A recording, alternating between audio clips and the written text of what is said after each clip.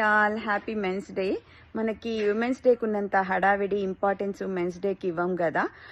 తనికెళ్ళ భరణి గారు చెప్పినట్టు నాన్న ఎందుకో వెనకబడ్డాడు అన్నట్టుగా మనం ఆడవాళ్ళ సాక్రిఫైజెస్ని గ్లోరిఫై చేసినట్టుగా మగవాళ్ళ సాక్రిఫైజెస్ని మనం గ్లోరిఫై చేయం కదా. దానిలో ఫెమినిస్టులు చేస్తున్న రీల్స్ చూసి అబ్బాయిలు కూడా చాలా మంది రీల్స్ చేస్తున్నారు.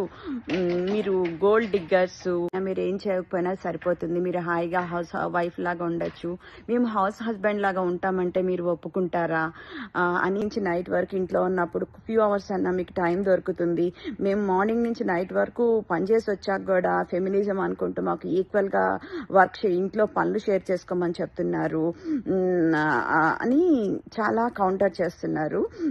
సో అంటే మనకున్న సిస్టంలో ఉమెన్ ఎక్కువ విక్టిమ్ అయినా కూడా మెన్ కూడా విక్టిమ్స్. ఇన్ని జనరేషన్స్ గా వాళ్ళకి ఎన్ని ప్రివిలేజెస్ ఉన్నా గానీ ఫైనాన్షియల్ రెస్పాన్సిబిలిటీ అనేది ఇర్రీప్లేసబుల్ రెస్పాన్సిబిలిటీ.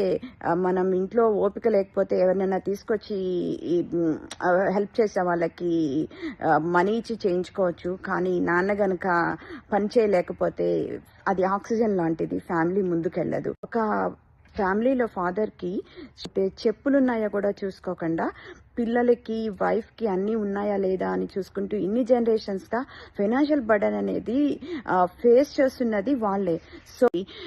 సో మెన్ని సపరేట్ చేస్తే ఎలా సపరేట్ చేస్తాం అసలు? మన ఫాదర్స్, బ్రదర్స్, సన్స్ అందరూ మనదంతా ఒక టీం. జనరేషన్స్ బ్యాక్ చదివించడం, అమ్మాయిని చదివిస్తాను కూతుర్ని చదివిస్తానని ముందుకు వచ్చింది కూడా ఫాదర్సే. సో ఒక జెండర్ని మనం క్రిటిసైజ్ చేసుకుంటూ ఉండకుండా ఓవరాల్ సొల్యూషన్ కోసం, బెటర్ వరల్డ్ కోసం వర్క్ చేద్దాం. Thank you.